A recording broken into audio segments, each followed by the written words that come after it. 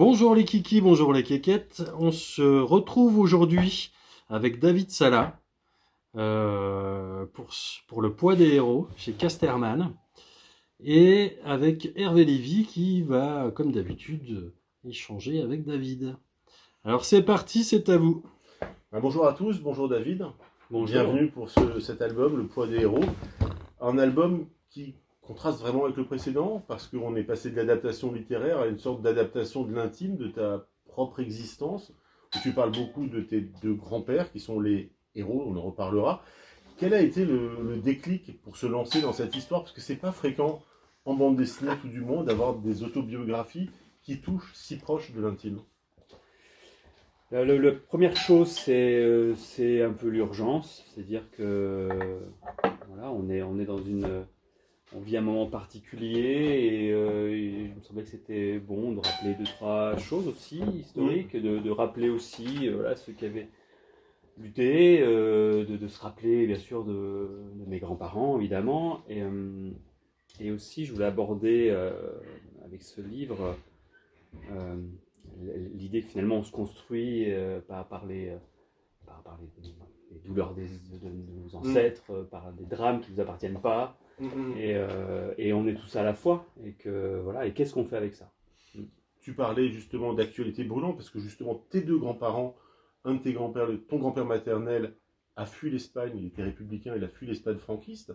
L'autre, il a été résistant pendant la Seconde Guerre mondiale, et il y en a un que tu as beaucoup connu, que tu as connu, avec qui tu as parlé. Le premier, tu n'as pas beaucoup parlé, Non. puisqu'il est mort, et tu le dis dès le début. En fait, il était malade, mais il voulait survivre à Franco. C'était sa volonté. C'était, Ouais. oui, pour lui, c'était impensable de voir son bourreau voilà, lui survivre. Donc ouais, c'est des volontés de fer. C'est un peu mystérieux, hein, tout à fait, ouais. mais vu son état, effectivement, il est décédé 6 mois après Franco. Donc, il l'a fait. Il l'a fait. Comment justement, à part ton précédent album, Le joueur d'échecs, il y avait un matériau existant, le livre de Zweig, qui n'est pas facile à adapter, mais que tu as réussi de belle manière. Là, ton matériau, c'est tes souvenirs, ce qu'on t'a transmis, des objets. Comment tu as ordonnancé ce matériau qui est multiple en fait? Le point de départ, ça a été de m'écarter de l'aspect historique. Et donc, je me suis dit que je voulais pas faire un livre documentaire. Et c'est vrai que l'angle a été le plus difficile à trouver. Et c'est vrai que du moment où je suis parti sur l'idée de raconter ces histoires à travers le prisme de cet enfant, ça m'a ouvert des portes. Et surtout, je me suis dit, en réalité, je ne vais pas parler de mes grands-parents, mais je vais parler de moi en réalité. Et donc, ça a changé tout. Oui, parce que l'histoire est racontée à hauteur d'enfant, de très petit à presque adulte finalement. Adulte, parce que à la fin de à Strasbourg, j'ai 35 ans, quoi, grosso modo. On est presque adulte à 35 ans. Ouais. Donc c'était vraiment de parler de sorte de vie et de voir comment justement qu'est-ce qu'on fait avec ça, qu'est-ce qu'on fait, et cette idée j'essaie de la maintenir. Après, ce qui est difficile, c'est quoi raconter. Il faut faire un choix dans ce qu'on a pu vivre. Et c'est vrai que quand on part avec un point de vue déjà assez fort, les choses s'enchaînent. Il y a une sorte de logique et même des séquences qui, a priori, sont assez éloignées du thème. En fait, tout est lié. Et je suis toujours resté très très proche de ça parce que les héros, ils sont larges. Effectivement, les thèmes de héros, il y a mes grands-parents, mais il n'y a pas que. Donc, il y a tes parents aussi. Parents et ma mère surtout. C'est assez drôle parce que même le traitement graphique, il vient de ce rapport de hauteur d'enfant. On a l'impression que les adultes sont immenses en fait. Oui, c'est ça. À chaque fois. Oui, et puis tout est transformé, bien entendu. Moi, mon père, ma mère étant une femme très menue, elle est 1m55, mon père il est 1m85, 120 kg. Pour moi, il était immense. C'était immense. Ouais. Voilà, donc ce rapport-là était intéressant, et aussi de voir qu'en réalité, c'est pas forcément les plus forts physiquement qui sont les plus forts en vrai. Justement, tu mêles aussi les ambiances graphiques. par exemple, quand tu racontes, quand ton grand-père quitte l'Espagne, tu traites ça avec du pastel. Et comme une chevauchée complètement onirique, alors que ça n'a pas dû être ça du tout, évidemment. Bien, oui, c'est ça. Et tu es vraiment dans cet onirisme. Et comment est-ce que tu as choisi ces différents styles, ces différents médiums?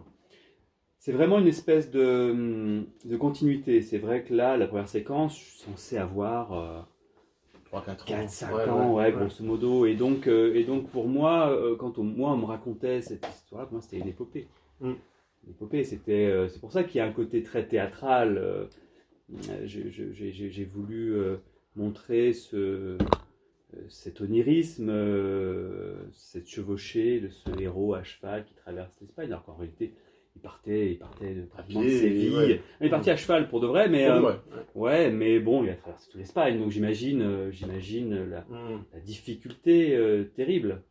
Voilà. Mais un enfant, il le transpose, il le transforme, il l'idéalise bien entendu. Et voilà. Et donc c'était ça que je voulais montrer, c'est ce regard-là.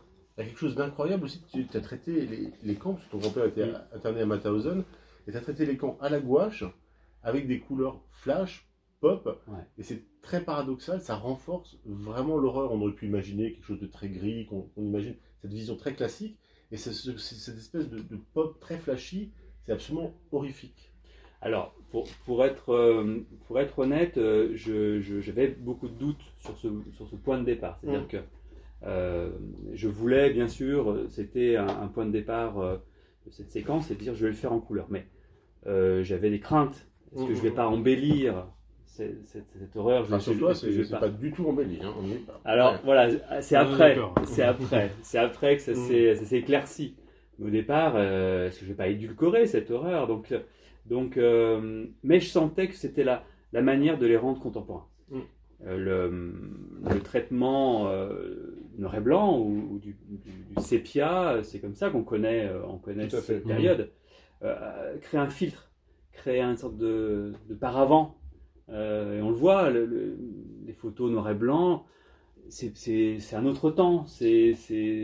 On n'appartient pas à ce temps-là. Il y a une nostalgie tout de suite. Alors bien sûr, c'est pas le cas des photos de gars, mais quand bien même, il y a une distance. Et le fait de travailler sur la couleur, ça les rend plus présents, ça nous rapproche d'eux, et ça les rend contemporains, et ça les rend vivants. Ils étaient en couleur, ces gens-là. Et donc par touche, parce que ces planches-là, elles ont été faites un peu différemment, c'est-à-dire que la plupart des images ont été faites presque directement à la couleur. Il y en a qui est très très léger, un peu les personnages, mais c'est vraiment les masses de couleurs qui m'ont permis de construire les rapports de contraste, etc. Donc c'était un travail aussi très très différent de ce que j'ai pu faire dans le joueur d'échecs. Ouais. Et c'est vrai que dès les premières planches, il m'a semblé, et là-dessus je l'ai découvert par la suite, qu'effectivement ça apportait une autre force. Même ce rose magenta très, très pop, en réalité, il prend du sens. Et j'ai pensé à la fois une fracture entre le pop et le rapport à l'expressionniste allemand des années 20-30. Enfin, on est vraiment dans Autodix avec des choses qui sont très violentes.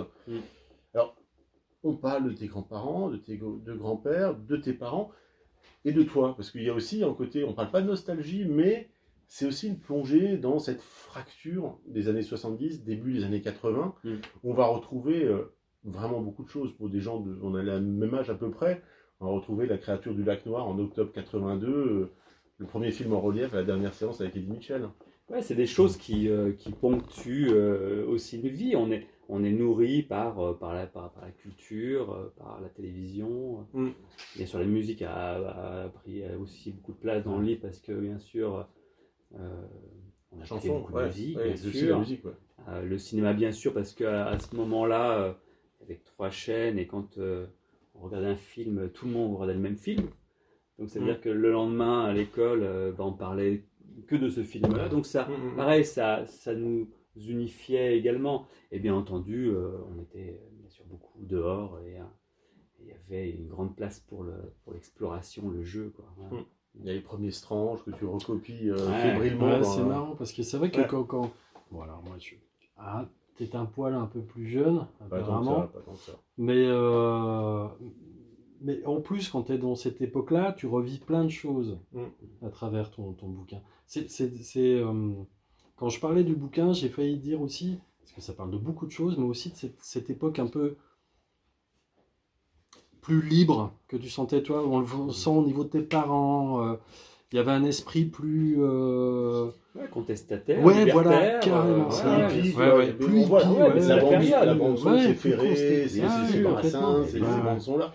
Comment t'as travaillé? C'est uniquement à partir de tes souvenirs? Parce qu'il y a des détails vraiment avec les tapisseries qui sont à fleurs. Enfin, j'avais les mêmes chez mes grands-parents. Donc, il y a vraiment dans ce genre de Ouais. détails, c'est incroyable. Oui, parce que c'est quand même très très présent dans mon esprit. Mm. Donc, et c'est un livre qui devait se construire par mon souvenir, quitte parfois enfin, j'imagine que peut-être d'autres qui ont vécu ce même moment l'ont vu différemment.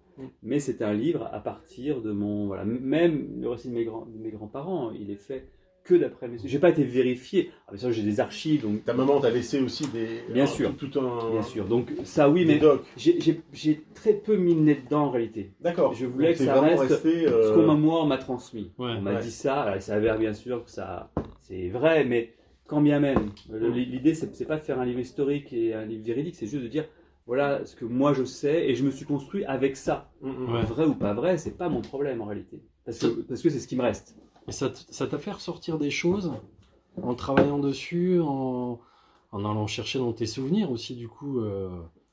Ça a fait un effet psychanalyse, en fait. Ouais. presque. Alors, Ouais. pas vraiment parce que le travail est déjà fait avant en Ouais. réalité, mais disons que ça permet de poser quelque chose. En fait. D'un coup, quand tu verbalises, quand tu montres, quand tu dessines, d'un coup, l'objet existe.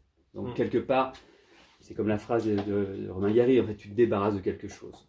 Pas, tu l'oublies pas, mais Bah, le titre, en ça, il est signifiant. Tu appelles ça le Ouais. poids ouais. des héros. Il y a quand même ce côté de pesanteur qui existe.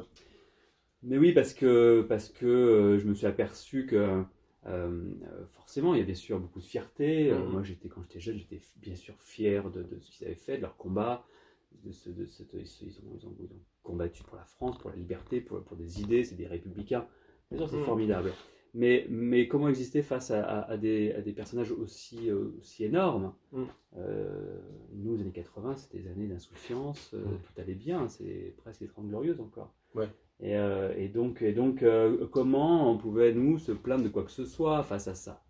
Et après, simplement, on se dit que nos petits soucis, aussi petits soient-ils, c'est quand même nos soucis. Et nos problèmes ou nos états d'âme, ils doivent exister. Et aussi, de la même manière, il est aussi important de parfois sortir de cette obscurité. Parce que pendant très longtemps, j'étais à l'intérieur, j'étais effectivement en colère de ce que ces gens avaient subi. C'était aussi chez moi un combat de tous les jours. De le voir aussi revenir un peu aujourd'hui, c'est quand même, il y a ce côté paradoxal. Ah, mais moi je pensais pas que ça reviendrait. C'est-à-dire, si on me posait la question il y a 15 ans ou 20 ans, c'est bon, c'est réglé. En fait, on a réglé le problème. On sait ce qui s'est passé, donc tout le monde est d'accord. Donc effectivement, cette parole qui maintenant se libère, cette parole extrémiste, cette parole décomplexée, moi je suis abasourdi. En fait, je suis abasourdi. Je me dis, mais comment on peut en être là aujourd'hui? Voilà, mais si on en est là, c'est qu'il y a certainement une raison. Et si ces gens sont là aujourd'hui, c'est qu'on leur a fait une place. Ouais. Et bon. Comment on sort d'un album comme ça, justement, ça doit être étouffant, fatigant? Vers quoi tu as envie d'aller maintenant? Il y a de la promo maintenant, mais tu as déjà en tête, j'imagine, la suite. Alors, peut-être moins intime, peut-être non, dit ce mais qu'il fallait dire. oui, je crois que là, l'idée, c'est d'aller vraiment, pas au plus loin, mais en tout cas, d'aller dans quelque chose qui se rapprocherait de mes premières passions, c'est-à-dire la littérature, le fantastique, le gothique ou autre chose, je ne sais pas, mais en tout cas, effectivement, s'éloigner de ce réalisme et de cet intime. J'ai l'impression d'avoir dit ce que j'avais à dire, en fait. Voilà. Et tu l'as très bien dit. Merci beaucoup, David. J'avais juste encore une petite question à rajouter. Ouais. Quand tu peins, quand tu dessines, ces moments, quand on voit les SS dans les camps et tout ça, toi, tu es comment à ce moment-là? Dans quel état tu es? Alors, c'est assez précis, parce qu'en réalité, quand je fais ces planches, en fait, pour les faire au mieux, je dois le ressentir. Donc, c'est des planches qui émotionnellement sont épuisantes, parce qu'on travaille. Là, c'est un travail en fait dans l'énergie. C'est-à-dire que je payais avec beaucoup de fougue, beaucoup de rapidité, Ouais. sans repentir. C'est fait d'un seul jet. Et c'est vrai qu'à la fin de la journée, j'étais juste rincé. Parce que là, tu peux pas le faire comme on peut faire parfois des planches où voilà, on fait son décor, on sait qu'on est à la planche 40, on va en faire encore, voilà. Et puis on enchaîne les planches comme un professionnel, on a une technique qui aboutit. Là, cet album-là, il s'est pas fait comme ça. C'est-à-dire que ces séquences-là, il faut être présent, il faut être là, et émotionnellement, ouais, ça te vide, mais à la fin, tu as quelque chose, et tu sens que tu as quelque chose que tu n'avais pas fait avant. Donc forcément, tu sens que tu es juste dans ce que tu voulais exprimer, et ça valait le coup. Ah ouais, tu l'exprimes carrément, parce qu'on bascule vraiment de moments, justement ce que j'expliquais, les très libertaires des années 80, très cool, où tu as l'impression que tout allait bien, tout est chouette, et quand on bascule dans les camps et tout ça, waouh, on se prend... Enfin, t'as même pas besoin de texte, où tu vois juste le dessin, et là, c'est... tu passes d'un autre... totalement dans un autre sentiment, ouais, c'est assez terrible.